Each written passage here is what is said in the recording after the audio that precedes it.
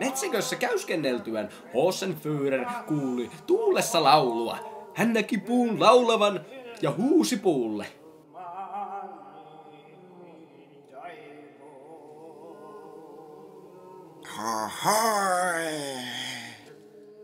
Laulava puu hiljeni. Kuului ryminää ja vanha risupartainen mies saapui hänen eteensä.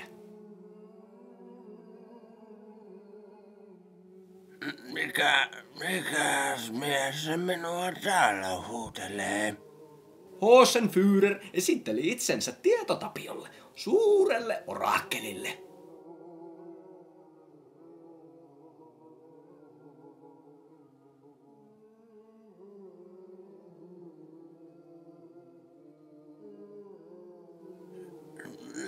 Väität olevasi Hosenführer, mutta sinulla ei ole housuja jalassa. Hosenführer kertoi tarinansa ja taikahousuihinsa liittyvästä pulmasta. Voin auttaa sinua, jos kykenet ratkaisemaan esittämäni arvoitukset. Rohkein mielin Hosenführer päätti tarttua Tietotapion haasteisiin. Millä on päivällä 2 jalkaa ja illan rytmissä ja melskessä 15?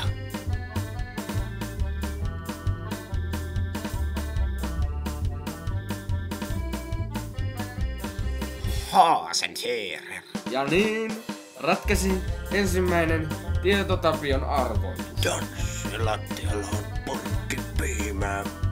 Purkki on tanssissa viikon. Mitä purkille tapahtuu?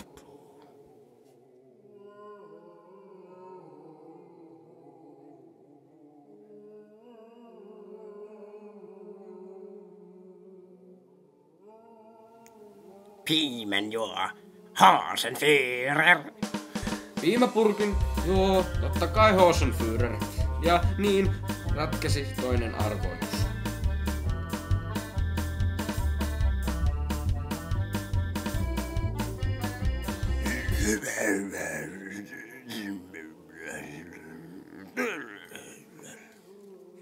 Oli kolmannen arvoituksen aika, johon Hosenführer päätti ilman muuta tarttua. Tähän kolmanteen arvoitukseen ei edes Tietotapiolla ollut vastausta. Kuinka saada kiinni metsässä piilotteleva piilopanu?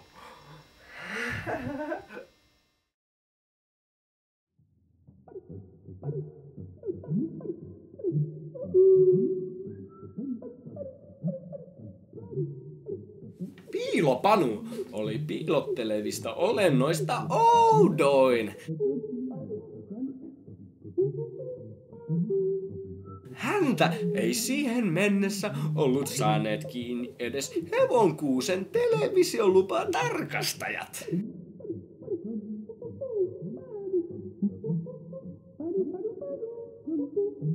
Piilopanu oli maaginen, hytkyvä olento, joka tuprutteli taikasavuja ja kykeni piiloutumaan ja pakenemaan etevimmiltäkin metsämiehiltä.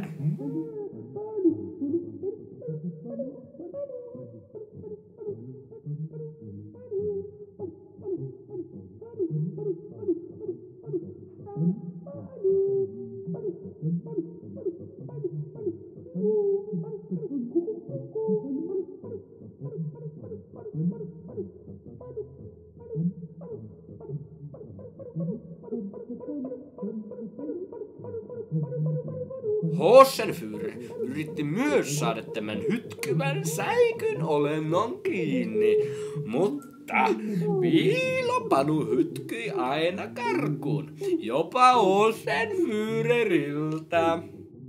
Lopulta jopa Hosenführerin pinna paloi ja hän päätti lyödä hanskat tiskiin.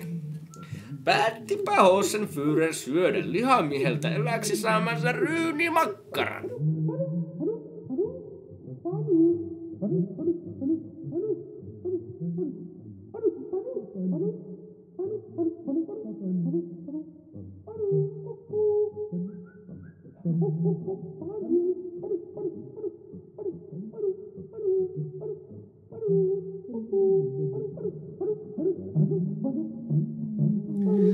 kuinka ollakaan. Piilopanun lempiruoka olivat juurikin ryynimakkarat. Ryynimakkara sai Piilopanun akeutumaan Hosenführerin luokse, jonka sydän heltyi tuosta pienestä hytkyvästä olennosta. Hän päätti jakaa ryynimakkaran Piilopanun kanssa. Korkealla puiden latvoissa Tieto-Tapio oli myös nähnyt kaiken.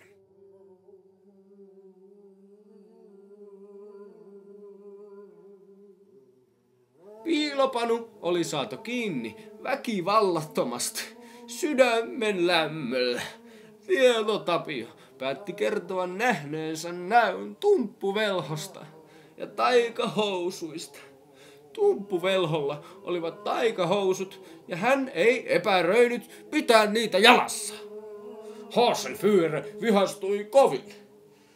Tieto-Tapion näky ei tiennyt taikahousujen tarkkaa olinpaikkaa, mutta hän kehoitti Hosenführeriä tarkistamaan Humppahempan taverna.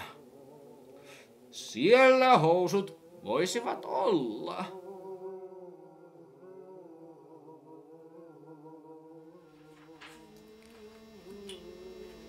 Onhan meillä lapset kiva. Onhan. Aikokin kivaa.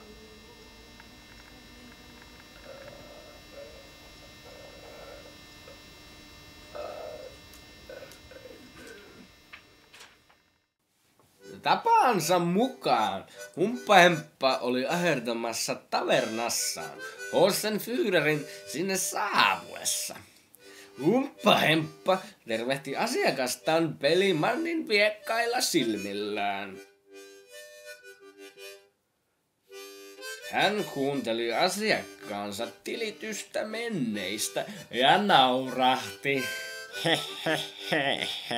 Kova oli tumppuveleho tanssimaan, mutta mennätkö sie tanssia yhtä kovasti ilman noita siuhousujas? Hosenführeri päätti ottaa Humppahempa tuon viekkaan merkonomipelimannin haasteen vastaan. Niin alkoi 7 päivän humppamaratooni. Hosenführer humppasi ja humppasi. Humppahemppa tasoitti soittamistaan. He ottivat miehestä mittaa. Kumpi kestäisi? Tanssia vai pelimannin? Ikävä kyllä. Hosenführer huomasi yllätyksekseen väsyvän jo 3. päivänä. Eikö hän pärjännytkään ilman taikahousujaan? 4. päivänä hän oli jo haudan väsynyt. Ja 5. päivänä Hosenführer lopulta luhistui. Humppahempan hanuri oli voittanut.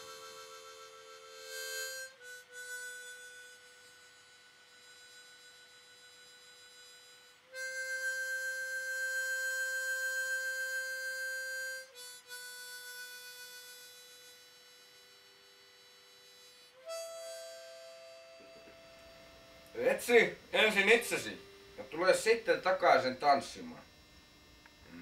Tanssimaan.